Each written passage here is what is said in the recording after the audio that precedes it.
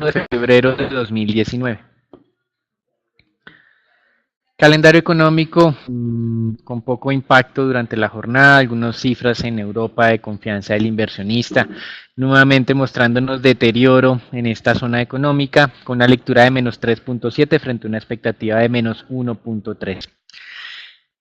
En América Latina, cifras de comercio en Chile que repuntaron en el mes de diciembre, no tanto como se anticipaba. En cierta medida lo que estamos sintiendo es, en términos generales, una desaceleración en varias partes del mundo, menos en los Estados Unidos, que la semana pasada tuvo un indicador del ISM manufacturero.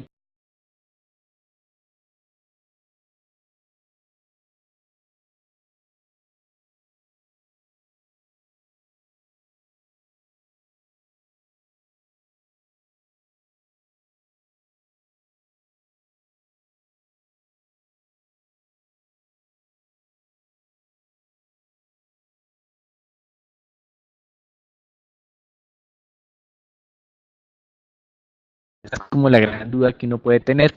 Por el momento, como hemos mostrado en el mercado, la mayoría de analistas, de inversionistas, lo que están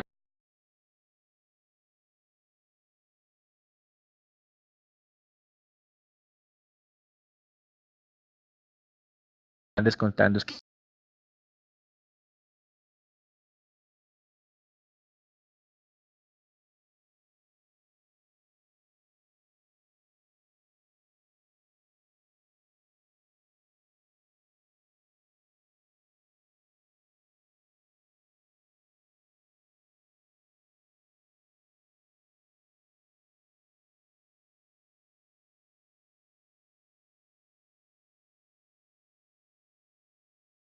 respecto a China, el día de ayer se van a conocer cifras no muy negativas desde el lado del sector servicios, pero recuerden que ya la semana pasada las sorpresas habían sido conocidas de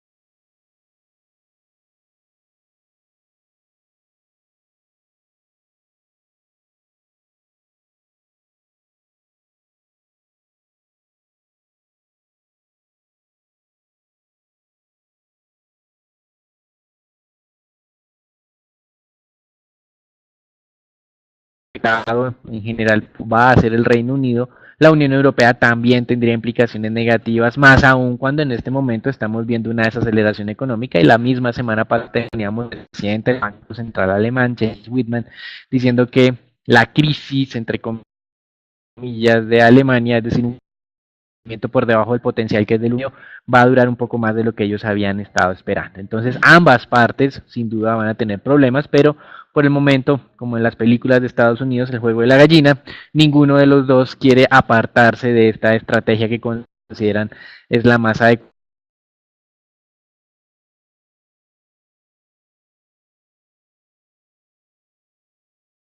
para llevar al otro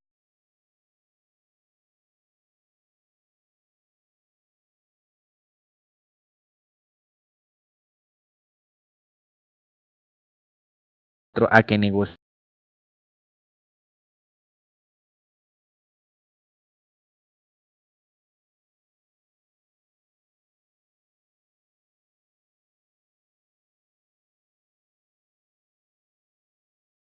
Por el momento digan que no van a usar esas fechas adicionales para modificar el acuerdo alcanzado previo.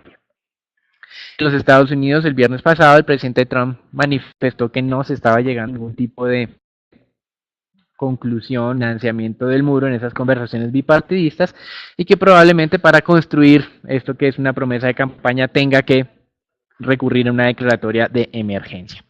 Y entrando al tema de Venezuela, el día de hoy, finalmente varios países europeos apoyaron ya de manera equitativa al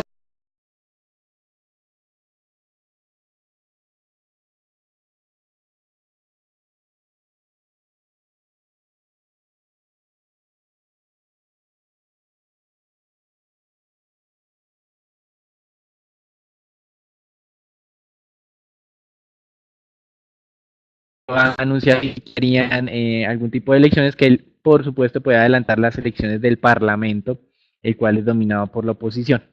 Esto pues es como la respuesta que dio Maduro. Mientras tanto, hubo algunas luces de esperanza en un cambio en Venezuela cuando un general de la Fuerza Aérea daba su apoyo al nuevo al mandatario autoproclamado, y le quitaba su apoyo al régimen de Maduro. Sin embargo, rápidamente las Fuerzas Armadas comunicaban el que lo calificaban de traidor, y obviamente mostraban nuevamente que estaban, entre comillas, unidas. Las declaraciones de este general son importantes. Se llama Francisco Yáñez porque advertía que hay varios miembros de las Fuerzas Armadas comparten su visión. De hecho, él decía que el 90% de las Fuerzas Armadas estaban en contra de Maduro, algo que pues todavía no estamos viendo tan de una manera tan fáctica como él lo estaba declarando. Realmente los países que apoyan al régimen de Maduro, Rusia y Turquía, pues han seguido manifestándose a favor de él.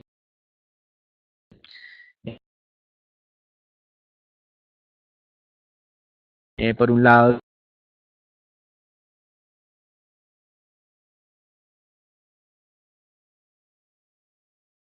los rusos dicen que esas acciones de los gobiernos europeos es una intromisión a los asuntos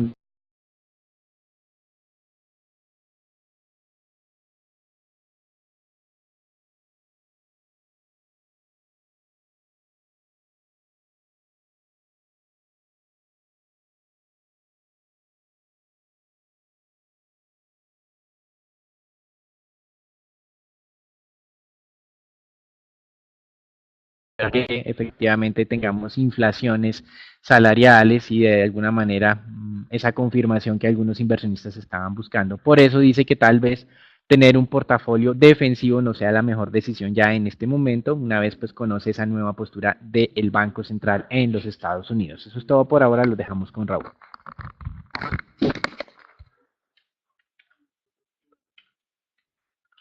Buenos días. En cuanto al comportamiento del índice S&P en la jornada del día viernes, el S&P se mantuvo relativamente estable, teniendo en cuenta más que todo un débil guidance de Amazon, el cual impactó en el comportamiento de la acción, mientras que se generó mayor confianza teniendo en cuenta las positivos resultados por encima de expectativas de Exxon y Chevron, junto a un mayor alivio en una posible desaceleración luego de el positivo reporte de empleos de la jornada del día viernes. El día de hoy los futuros no muestran importantes variaciones, retroceden tan solo, no retroceden ni el 0.1% a la espera principalmente de los resultados de Alphabet, es decir, Google, a cierre de mercado.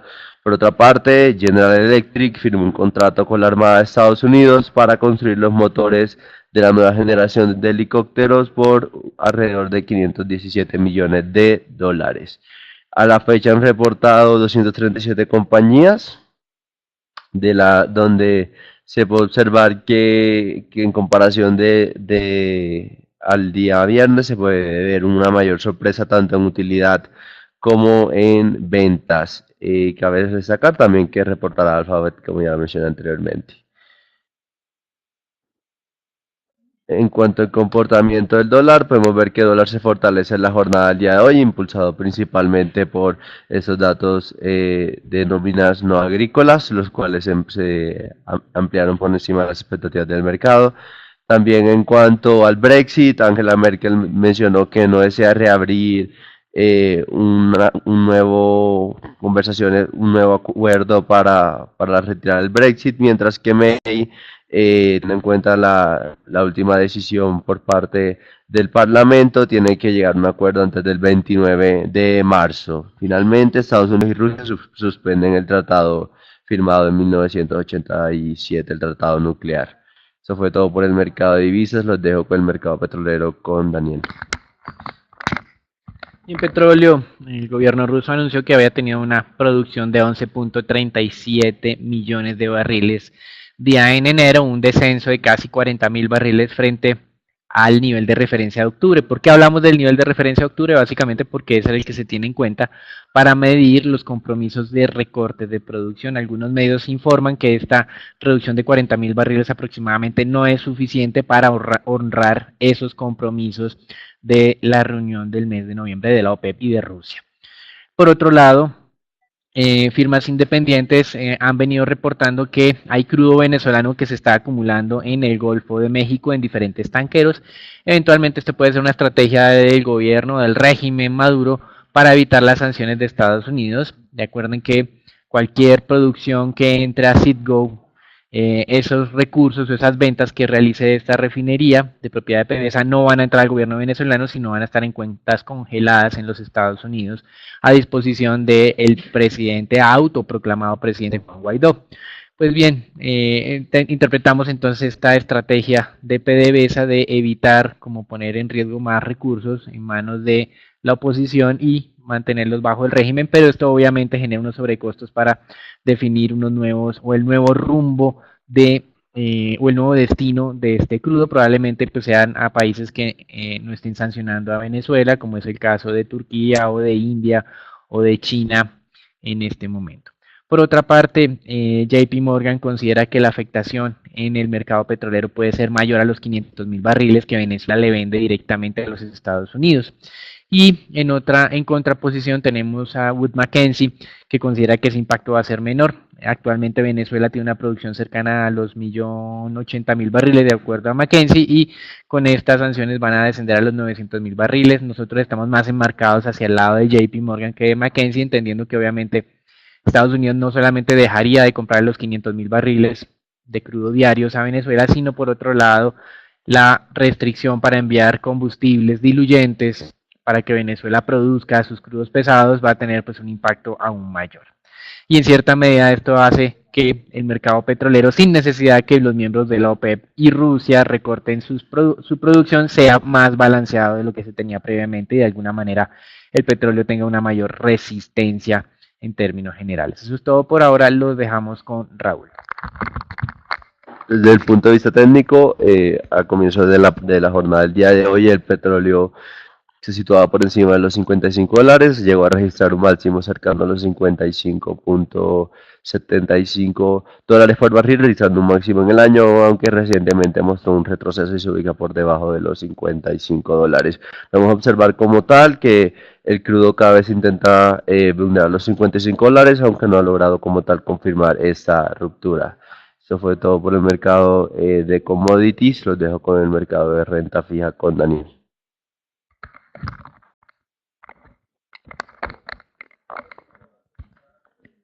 Bueno, y en renta fija, el presidente de la Reserva de Minneapolis, quien siempre era crítico de los incrementos de interés de sus compañeros de la Fed, dijo que finalmente Jerome Powell está convencido, es decir, el presidente de la Fed está convencido que antes de hacer ajustes adicionales en las tasas de interés tienen que tener la garantía de que efectivamente los salarios de los trabajadores están aumentando y de que esto está generando inflación por encima de los objetivos. Para Neel Kashkari es más fácil actuar tardíamente que cometer el error de actuar demasiado temprano y por lo tanto, pues digamos que en cierta medida considera como positivo y adecuado la nueva postura de la Reserva Federal. Y mientras tanto tenemos a Robert Kaplan, un miembro más como de centro dentro de los participantes de la Reserva Federal, diciendo que el mercado no había entendido los mensajes previos de la Reserva Federal de un cambio de enfoque y que solo fue hasta que el comunicado de prensa hablaba explícitamente de esa pausa o de esa paciencia que entendieron el nuevo enfoque de la Reserva Federal. Por otro lado, en temas corporativos, en la lista senior de Fitch dijo que la reducción de la calificación de Pemex de 2 escalones, recuerden que fue la semana pasada, el día martes, de BBB más a BBB menos, no necesariamente iba a estar ligado con una reducción de la calificación del gobierno mexicano, incluso si Pemex recibía otra reducción en su nota. Y de manera paralela, el gobierno mexicano anuncia que el 12 de febrero estará dando a conocer a los inversionistas del nuevo aeropuerto Texcoco, obra que fue paralizada por la administración de AMLO, apenas comenzó el 1 de diciembre. Ese 12 de febrero van a conocer cuál es el plan de desmonte de esta financiación. Eso es todo por ahora en el mercado de renta fija. Los mercados están relativamente tranquilos hoy. Hay algo de corrección luego de las fuertes valorizaciones de la semana pasada. Probablemente esas cifras del mercado laboral estadounidense que mantienen un buen ánimo a pesar de lo que ocurrió durante el mes de enero hayan sido la razón por la cual pues estamos nuevamente en niveles del 2.70, cuando la semana pasada alcanzamos niveles cercanos al 2.65 en las tasas a 10 años. Recuerden, hoy una jornada no muy positiva en el tema de mercado accionario, más de una dinámica mixta, pero ese cambio de mensaje de JP Morgan donde reducían las alarmas para el año 2020 y en cierta medida se mostraban un poco más dados a mantener posiciones en el mercado accionario. Eso es todo por ahora, los dejamos en el Informe Colombia con Edwin y con Raúl. Buenos días. El viernes pasado el Ministerio de Hacienda y Crédito Público presentó el Plan Financiero del Gobierno Nacional para 2019. Entre los principales aspectos que se pueden destacar se encuentra que se contemplan las emisiones de deuda en moneda local en un 76%. Actualmente la composición de la deuda es de 67 y 33%, y 3% para moneda extranjera. Con estas nuevas emisiones pasaría de un 67 a un 68% y un 33 a un 32% en moneda extranjera. Por otro lado, las emisiones de TES en este año serían por 40.5 billones, de los cuales 27 billones serían a través de subastas, mientras que los otros serían a través de empresas públicas y otros. Adicionalmente, el ministro indicó que la proyección de crecimiento para la economía de este año sería de 3.6%, en comparación con el 3.4% que tenían en el marco fiscal de mediano plazo del año pasado, mientras que la inflación sería de 3.2%, también en comparación al 3.4% que tenían en el marco fiscal de mediano plazo, por lo que vemos a un gobierno mucho más optimista con respecto a los temas macroeconómicos. Por otro lado, el PMI de Colombia desarrollado por Davivienda mostró una caída de 3 puntos con respecto al mes anterior y se ubicó en 48.5 puntos, entrando de nuevo en zona de contracción. Esta reducción se dio por caídas en nuevos pedidos, recortes en puestos de trabajo y menores compras de insumos. Con respecto al año pasado, en el mismo mes, este indicador se encontraba en 40 puntos, por lo que se encontró en esta ocasión por encima de ese valor, pero igual en niveles de contracción que nos pone a pensar en posibles desaceleraciones en estos primeros meses del año. Por último, la Asociación Colombiana de Vehículos Automotores reveló que el mercado de vehículos nuevos inició un poco mal en el presente año y tuvo una caída en las ventas del 2.9% con respecto al mismo mes del año pasado. Eso es todo por las noticias de Colombia. Pasamos con las acciones locales con Rob. En cuanto al comportamiento del Colgap en la semana pasada, mostraron una importante valorización, un 3% mostró un incremento en el índice colombiano, al cual no observábamos una valorización de este nivel desde alrededor de abril del 2018. Esto favoreció principalmente luego del tono de la FED, el cual un tono más dovish, mayor confianza al mercado, junto a un mejor comportamiento de los precios del petróleo y un mayor apetito por las acciones locales. En cuanto al comportamiento del Colgap en la jornada del día de ayer, se negociaron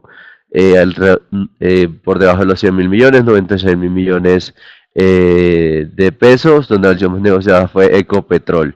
En cuanto al comportamiento del Colcap, este mostró una importante valorización, vulneró el soporte de la resistencia de los 1450 puntos, y lo cual nos da vía libre como siguiente nivel la media móvil de 200 días, cercano a los 1482 puntos. El día de hoy el Colcap podría seguir valorizándose, impulsando principalmente por ese entorno de menor avance de riesgo, aunque frenado levemente por esta de vuelta de los precios del petróleo. Por otro lado, tenemos en cuanto a noticias corporativas, hoy inicia la primera etapa por parte de enajenación de activos de EPM, principalmente cabe destacar el tema de ISA, donde a un precio de 13.750 dirigido al sector solidario. Cabe destacar que el sector solidario son aquellos trabajadores activos y pensionados de ISAC, trabajadores de ISA, asociaciones de empleados, sindicatos de trabajadores, federaciones y confederaciones, fondos de empleados, fondos mutuos de inversión, fondos de pensiones y cesantías, entidades cooperativas y cajas de compensación. Esta primera etapa llevará 2 meses, es decir, desde el 4 de febrero hasta el 4 de abril del 2019. No habrá como tal un mínimo de acciones en la primera etapa y el máximo a adquirir es 1.607.667 acciones, cercano a 15.000 millones de pesos. Es decir, el máximo que se podrá adquirir en esa primera etapa no puede superar de 15.000 millones de pesos para el sector solidario. También tenemos otras noticias: para este año el gobierno planea completar 22 cierres financieros en las vías 4G, es decir que el 70, donde espera que el 70% tendrán cierre a marzo. Cabe destacar que esas noticias podrían impulsar los resultados del sector cementero junto al sector financiero, teniendo en cuenta los contratos que tienen en las 4G. Y por otro lado, en cuanto a Avianca Brasil, cabe destacar que no tiene referencia con Avianca, tan solo el nombre, pero a Aircastle Limited, es decir, la compañía de leasing que le prestaba los aviones, el 1 de febrero se conoció una decisión por parte de la justicia donde le da plazo a Avianca Brasil que retome plazo hasta mediados de abril, aunque tendrá que empezar a retomar sus pagos a partir del 1 de febrero. Cabe destacar que Avianca Brasil garantiza sus aeronaves hasta mediados de abril según esta decisión de la justicia brasilera. Desde el punto de vista técnico tenemos la acción de Cementos Argos,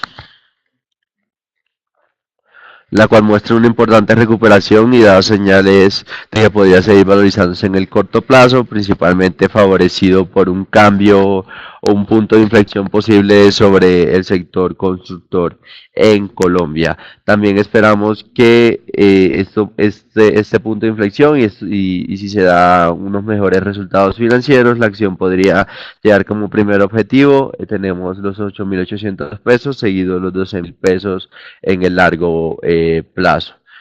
Y por otro lado tenemos la acción de Éxito, la cual se aproxima cada vez más a nuestra zona de utilidad en el corto plazo, alrededor de los 14.400 pesos, favorecido principalmente por el buen momentum del mercado accionario en todo el mundo. Esperamos que los resultados del cuarto trimestre sean débiles, teniendo en cuenta principalmente la debilidad del consumo local, junto a que los ingresos recibidos por parte de GPA en Brasil serán afectados principalmente por un ruido de efecto en tasa de cambio, aunque esperamos que en el 2019 podríamos ver una nueva dinámica, una mejor dinámica de los resultados del grupo Éxito y las utilidades recibidas de sus filiales en Sudamérica. Eso fue todo por el mercado accionario. Dejo por el mercado de dólar con Edwin.